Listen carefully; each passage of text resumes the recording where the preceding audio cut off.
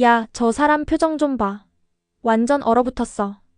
서울 한복판, 한 프랑스 교수가 멍하니 거리를 바라보고 있습니다. 그의 눈동자는 흔들렸고 덜덜 손을 떨고 있었습니다. 이게 한국인 건가? 그는 지금까지 자신이 믿어왔던 모든 것이 송두리째 흔들리고 마는데요. 도대체 무엇을 보고 충격을 받은 걸까요? 오늘의 핫한 사연, 지금 바로 시작합니다. 안녕하세요. 제 이름은 노엘린입니다. 저는 프랑스 최고의 소르본 대학에서 경제학 수석 교수로 20년째 재직 중입니다. 저는 오랫동안 유럽과 북미의 경제 모델을 연구하며 신흥국들의 발전을 분석하는 일을 해왔어요. 제 연구 논문은 여러 국제 저널에 실렸고 전 세계 여러 대학과 기관에서 강연을 요청할 정도로 영향력을 갖고 있습니다.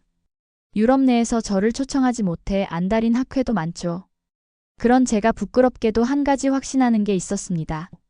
그건 바로 한국은 여전히 연구할 가치가 없는 나라다. 기술력이라면 독일과 일본이 압도적이고 창의성과 문화적 영향력은 유럽과 미국이 주도하고 있었어요. 그런데 한국? 전통과 보수적인 사고에 얽매여 제대로 된 혁신을 이루지 못하는 나라라고 생각했어요. 심지어 삼성이나 현대 같은 기업들도 결국은 서구의 방식을 모방한 것에 불과하다고 여겼죠.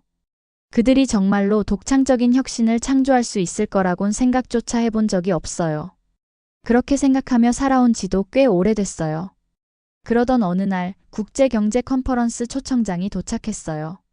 주제는 아시아 신흥 경제국의 기술 혁신.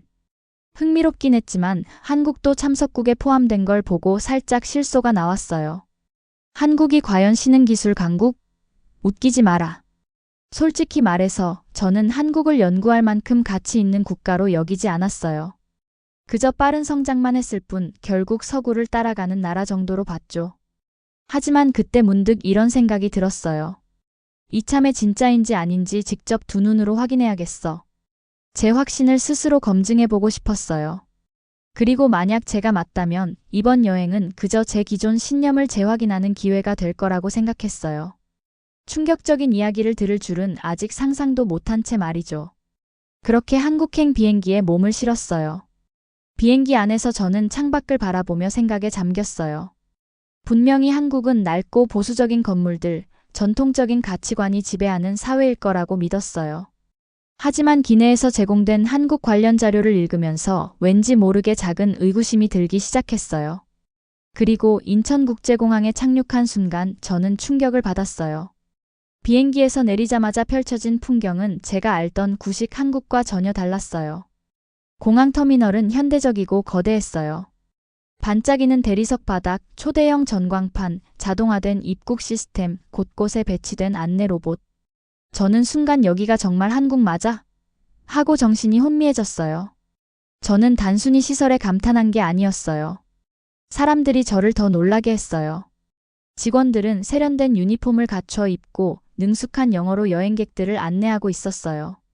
이 정도 수준의 영어 실력이라면 프랑스 공항보다도 나을 정도였어요. 입국 심사도 예상보다 훨씬 빨랐어요. 유럽에서는 공항에서 한참을 기다려야 하는 게 일상인데 한국에서는 고작 몇 분 만에 모든 절차가 끝났어요. 효율성이 어마어마했어요. 공항을 빠져나와 택시를 타고 서울로 향하면서도 저는 계속해서 놀랄 수밖에 없었어요. 서울은 말 그대로 살아 숨쉬는 미래 도시였어요. 초고층 빌딩이 줄지어 서 있었고 전광판에는 최첨단 전자기기와 전기차 광고가 쉴 새 없이 나왔어요. 거리에는 최첨단 기술을 활용한 자동차들이 운행 중이었고 사람들은 최신 스마트폰을 사용하며 자유롭게 모바일 결제를 하고 있었어요. 이게 내가 무시했던 한국이라고? 저는 창밖을 바라보며 혼란스러웠어요. 제가 상상했던 한국과는 너무 달랐어요. 전통적인 것과 현대적인 것이 완벽한 균형을 이루며 공존하는 도시. 이런 모습을 보고도 여전히 한국이 구시대적인 나라라고 우길 수 있을까? 호텔에 도착하고 짐을 풀면서도 머릿속이 복잡했어요. 제가 한국에 대해 확신했던 것들이 눈앞의 현실과 충돌하고 있었어요. 비행기에서 내리기 전까지 저는 한국은 일본이나 유럽 국가들보다 한참 뒤처진 나라라고 믿어 의심치 않았어요. 하지만 공항에서 서울거리에서 본 모습은 전혀 그렇지 않았어요. 혹시 내가 한국을 너무 단편적으로 바라본 건 아닐까? 그제야 저는 깨달았어요. 제가 지금까지 한국을 너무 얕잡아봤다는 걸요. 이 나라를 다시 봐야겠어. 그렇게 저는 한국에서의 첫날부터 제 확신이 서서히 무너지는 경험을 하게 되었어요. 그리고 앞으로 펼쳐질 일정 속에서 저는 더욱 놀라운 일들을 경험하게 될 거라는 사실을 그때는 아직 알지 못했어요. 한국행 비행기를 타기 전까지만 해도 저는 한국이 경제적으로 성장했더라도 여전히 전통적인 사고방식에서 벗어나지 못한 나라일 거라고 생각했어요. 그러나 막상 서울에 도착하자마자 예상치 못한 광경을 마주하게 되었던 거죠. 택시에 올라탄 순간부터 창밖으로 보이는 도시의 모습은 제 예상과 완전히 달랐어요. 도심의 대형 전광판에서는 한국 브랜드의 패션 광고가 끊임없이 흘러나오고 있었고, 거리를 오가는 젊은이들은 최신 트렌드에 맞춘 감각적인 스타일을 뽐내고 있었어요. 심지어 거리를 걷는 사람들의 모습마저도 어딘가 활기차 보였어요. 기사님이 유창한 영어로 물어보셨어요. 서울은 처음이세요? 기사님의 질문에 저는 고개를 끄덕였어요. 네, 처음입니다. 그런데 생각보다 훨씬 현대적인 도시네요. 기사님은 익숙하다는 듯 웃으며 대답했어요. 많은 외국인들이 처음 오시면 그렇게 말씀하시더라고요. 저는 창밖을 바라보며 이 도시에 숨겨진 진짜 모습을 알아가고 싶다는 강한 호기심을 느꼈어요. 처음에는 단순한 대중교통 시스템에 놀랐어요.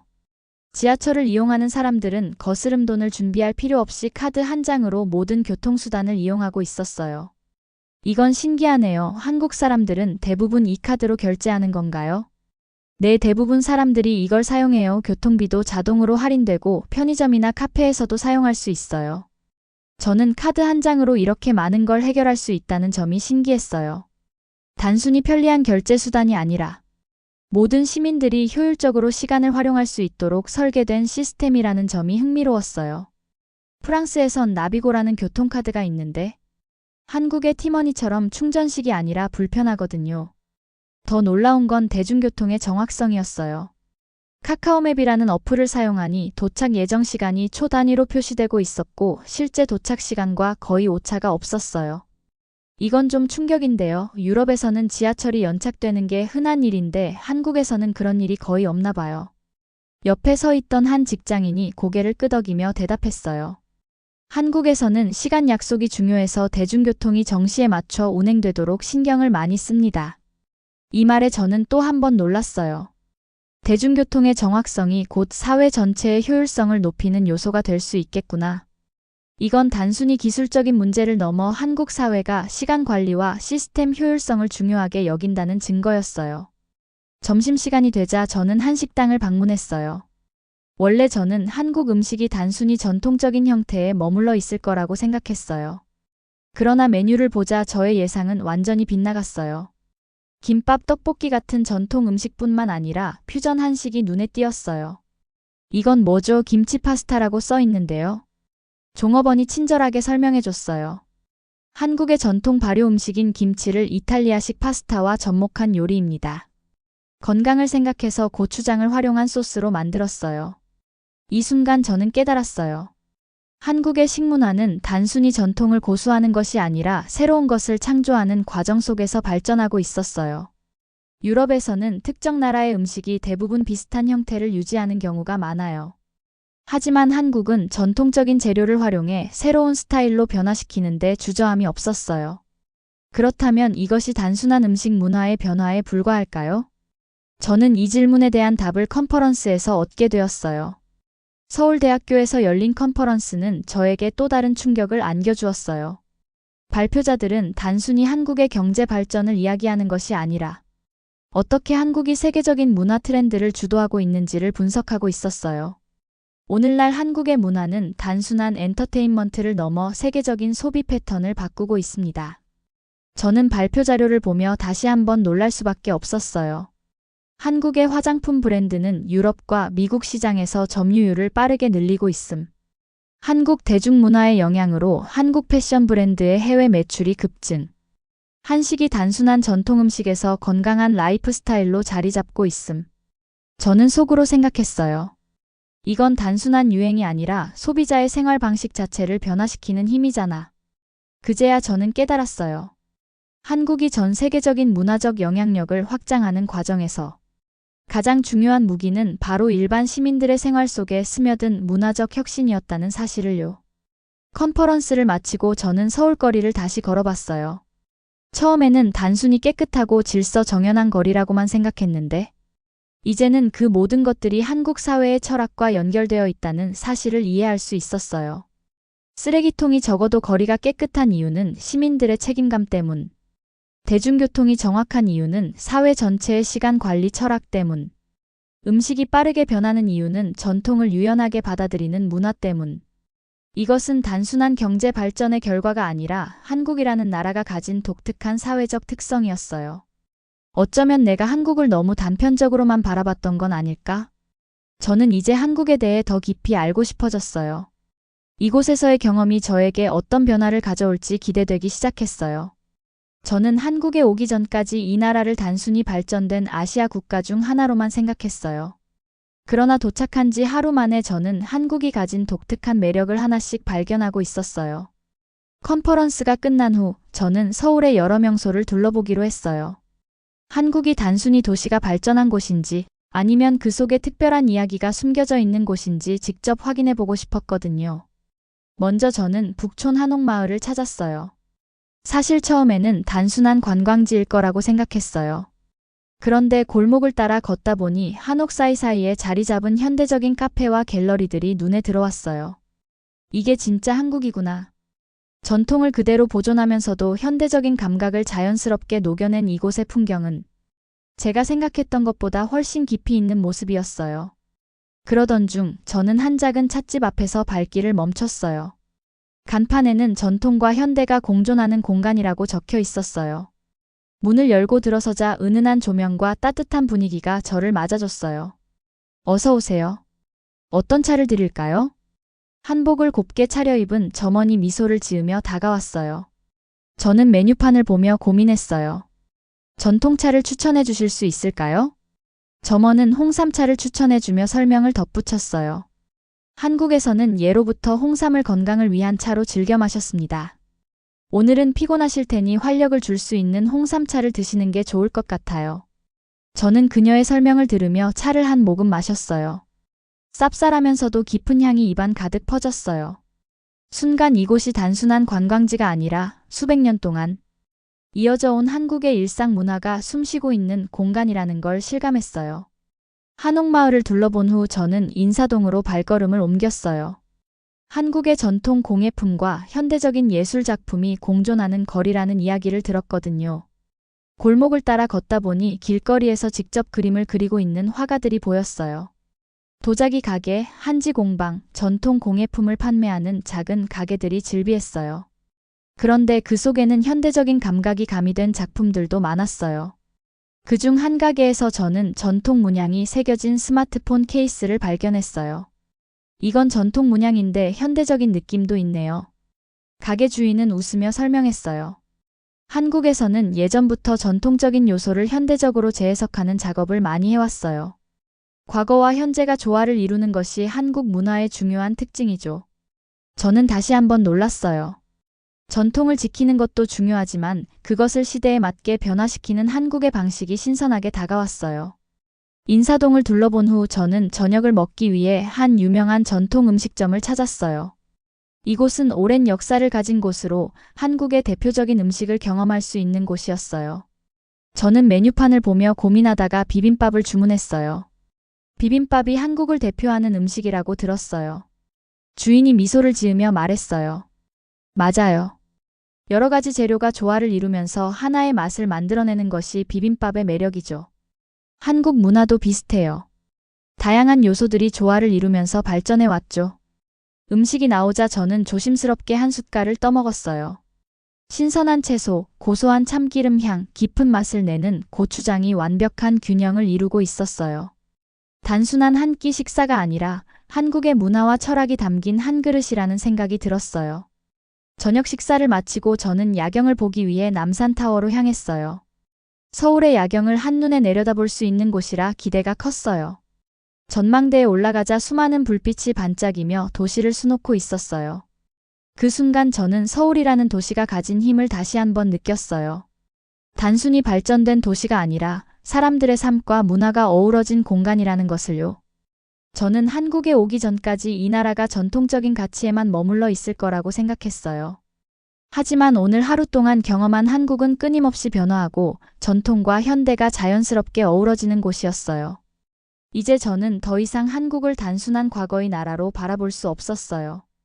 이곳에는 과거를 지키면서도 미래를 향해 나아가는 강한 힘이 있었어요. 저는 한국에서의 남은 일정 동안 더 많은 것들을 배우고 경험하고 싶어졌어요. 이 나라가 어떻게 변화해왔고 그 안에서 사람들은 어떻게 살아가고 있는지 깊이 알고 싶었어요. 제 생각이 얼마나 더 바뀌게 될지 기대되기 시작했어요. 서울에서의 며칠이 지나면서 저는 한국이 가진 다양한 모습을 직접 경험하게 되었어요. 전통과 현대가 조화를 이루는 거리, 친절하고 따뜻한 사람들, 그리고 예상보다 훨씬 발전된 사회적 시스템까지. 모든 것이 제가 기대했던 것 이상이었어요. 하지만 제 생각을 완전히 뒤집어 놓은 사건은 따로 있었어요. 그날은 한국의 대중교통 시스템을 직접 체험해보기로 했어요. 한국의 지하철이 세계적으로도 효율적이고 깨끗하다는 이야기를 들었거든요. 저는 호텔 근처의 역에서 지하철을 탔어요. 개찰구를 통과하는 과정부터가 놀라웠어요. 교통카드를 단말기에 가볍게 대기만 하면 문이 열렸고 티켓을 끊기 위해 줄을 서거나 기다릴 필요가 없었어요. 지하철역 내부도 매우 깨끗했어요. 유럽이나 미국에서는 지하철역 하면 대체로 낙서가 가득하고 어두운 분위기를 떠올리기 마련이지만 한국의 지하철은 마치 백화점처럼 깔끔했어요. 바닥에는 쓰레기 하나 없었고 벽에는 최신 정보가 가득한 디지털 안내판이 설치되어 있었어요. 정말 신기하네. 혼잣말이 절로 나왔어요. 그런데 그때 한 중국인 관광객 무리가 역 안에서 소란을 피우기 시작했어요. 왜 이렇게 가격이 비싸? 외국인이라고 바가지를 씌우는 거야? 그들은 자동 발권기 앞에서 직원과 실랑이를 벌이고 있었어요. 중국인 중 한 명이 교통카드를 구입하는 방법을 몰라 직원에게 도움을 요청했는데 직원이 친절하게 설명해줬음에도 불구하고 그들은 불만을 터뜨렸어요. 우리나라에서는 이 정도 금액이면 한참 더 탈 수 있는데 한국은 너무 비싸. 그들의 태도는 점점 더 공격적으로 변해갔어요. 지나가는 한국인들이 그들을 힐끔힐끔 쳐다봤지만 누구도 직접 나서지는 않았어요. 저는 그 상황을 지켜보면서 한국인들이 대체 어떻게 반응할지 궁금했어요. 그런데 그때 한 젊은 한국 여성이 조용히 다가가더니 차분한 목소리로 말했어요. 손님, 한국의 교통 시스템은 요금이 정찰제로 운영됩니다. 누구에게나 똑같은 가격이 적용돼요. 외국인이라고 더 비싸게 받는 건 아니에요. 그녀의 말투는 단호했지만 정중했어요. 하지만 중국인들은 여전히 수긍하지 못하는 듯한 표정이었어요. 그럼 왜 우리나라보다 비싼 거야? 여성은 미소를 지으며 설명을 이어갔어요. 여기서는 한 장의 교통카드로 버스, 지하철, 택시까지 연계해서 사용할 수 있어요. 또한 환승할 때 추가 요금이 거의 들지 않아요. 그리고 무엇보다도 요금에 포함된 서비스의 질을 한번 확인해 보세요. 그녀는 역 안을 가리켰어요.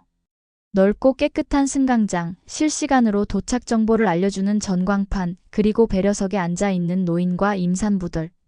모든 것이 체계적으로 운영되고 있었어요. 중국인들은 주변을 둘러보더니 순간 말을 잃었어요. 한동안 아무 말도 하지 못하던 그들 중 한 명이 마지못해 교통카드를 구입했어요. 그래도 한번 타보지 뭐. 그렇게 상황이 마무리되는 듯 했어요. 그런데 사건은 거기서 끝나지 않았어요. 그들이 개찰구를 통과한 후 승강장에서 다시 소란을 피우기 시작했어요. 지하철이 왜 이렇게 조용해? 우리나라에서는 다들 떠들면서 가는데 여긴 너무 어색하잖아. 그들은 일부러 크게 떠들며 웃고 떠들기 시작했어요. 하지만 한국인 승객들은 아무도 반응하지 않았어요. 다들 조용히 책을 읽거나 스마트폰을 보고 있었어요. 그런데 갑자기 한 중년 남성이 자리에서 일어나더니 그들에게 다가갔어요. 여기는 대중교통에서 조용히 하는 게 기본적인 예절입니다. 다른 사람들에게 방해가 되지 않도록 해주세요. 그의 말에 중국인들은 당황한 듯 했어요. 그러나 곧 비아냥거리듯 말했어요. 너무 예민하신 거 아니에요? 대체 뭘 그렇게 신경 써요? 그러자 주변 승객들이 하나둘씩 고개를 들고 그들을 쳐다봤어요. 어떤 사람은 고개를 젓고 어떤 사람은 눈을 마주치지 않으려 했어요. 하지만 모두가 같은 마음이라는 것이 느껴졌어요. 중년 남성은 차분한 목소리로 말을 이었어요. 이곳에서는 타인을 배려하는 것이 중요합니다. 그게 우리가 지켜온 문화예요. 그 말을 듣고 중국인들은 마지못해 목소리를 낮췄어요. 그리고 어색한 표정으로 서로를 쳐다봤어요. 저는 그 장면을 지켜보며 한국인들이 대립보다는 차분한 방식으로 문제를 해결하는 모습에 감탄했어요. 유럽에서는 이런 상황이 벌어지면 감정적으로 대응하는 경우가 많아요. 하지만 한국인들은 조용하지만 강하게 그리고 논리적으로 문제를 해결하는 방식을 택했어요. 그 순간 저는 한국이 단순히 깨끗하고 발전된 나라가 아니라 시민들의 의식 수준까지 높은 나라라는 것을 깨닫게 되었어요. 이 사건을 통해 저는 한국이 왜 이렇게 빠르게 발전할 수 있었는지 알 것 같았어요. 단순히 기술이 발전한 것이 아니라 그 기술을 사용하는 사람들의 의식과 문화가 함께 발전했기 때문이에요. 저는 그날 지하철에서 내리면서 다시 한번 깊은 생각에 빠졌어요. 한국은 단순히 외형적으로 현대적인 나라가 아니라 시민들의 태도와 가치관까지 정교하게 발전한 나라였어요. 그 사실을 직접 경험하게 되면서 저는 한국이라는 나라를 완전히 새롭게 바라보게 되었어요.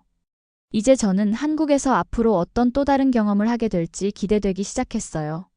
지하철 사건 이후 저는 한국 사회의 질서와 배려 문화에 대해 깊은 인상을 받았어요. 그런데 이 경험이 끝이 아니었어요. 한국에서의 또 다른 날, 저는 전통시장에 가서 현지의 생활 방식을 좀 더 가까이서 보고 싶었어요. 그곳에서 저는 또 한 번 충격적인 사건을 경험하게 되었어요. 광장시장은 활기로 가득했어요. 길게 늘어선 좌판에서는 김밥, 떡볶이, 호떡 같은 길거리 음식이 한창 만들어지고 있었고, 시장을 가득 메운 향긋한 냄새가 허기를 자극했어요. 사람들은 삼삼오오 모여 앉아 음식을 먹으며 담소를 나누고 있었어요. 이게 진짜 한국의 일상적인 모습이구나. 그런데 그 평화로운 분위기를 깨는 소리가 들렸어요. 환불해달라고. 한쪽에서 한 중국인 관광객이 상인과 언성을 높이고 있었어요. 그는 손에 빈대떡 반쯤 남은 접시를 들고 있었어요. 이거 너무 기름져. 난 이렇게 기름진 음식은 못 먹겠어. 환불해줘. 상인은 난처한 표정으로 설명했어요. 손님, 이미 절반이나 드셨는데 환불은 어렵습니다. 한국에서는 음식이 입에 맞지 않더라도 한 번 구입한 후에는 환불을 해드리기 어렵습니다. 그러나 그는 계속해서 소리를 질렀어요. 이건 서비스가 아니잖아. 외국 손님을 이렇게 대하는 게 말이 돼? 시장 사람들은 웅성거리기 시작했어요. 하지만 아무도 나서서 그를 말리지 못했어요. 그때 한 중년 여성이 천천히 다가와 조용한 목소리로 말했어요. 손님, 여기서는 환불이 아니라 음식에 대한 감사함을 먼저 배우셔야 합니다. 그녀는 덤덤하지만 단호한 태도로 그를 바라보았어요. 중국인은 당황한 듯 했어요. 무슨 말이에요? 난 내 돈을 냈으니까 내 권리를 주장하는 거예요. 여성은 미소를 지으며 말을 이었어요. 당신이 먹은 음식은 이 상인이 정성껏 만든 거예요. 당신이 기름지다고 느낀 건 개인의 취향이지만 이 음식은 원래 이렇게 만들어지는 한국의 전통 음식이에요. 만약 입에 맞지 않는다면 다음부터는 주문 전에 물어보시면 됩니다. 하지만 절반을 먹고 나서 환불을 요구하는 것은 이곳에서는 예의가 아닙니다. 그 말을 들은 시장 상인들도 고개를 끄덕였어요. 그리고 주변의 한국인들도 서서히 그녀의 말을 지지하기 시작했어요. 맞아요.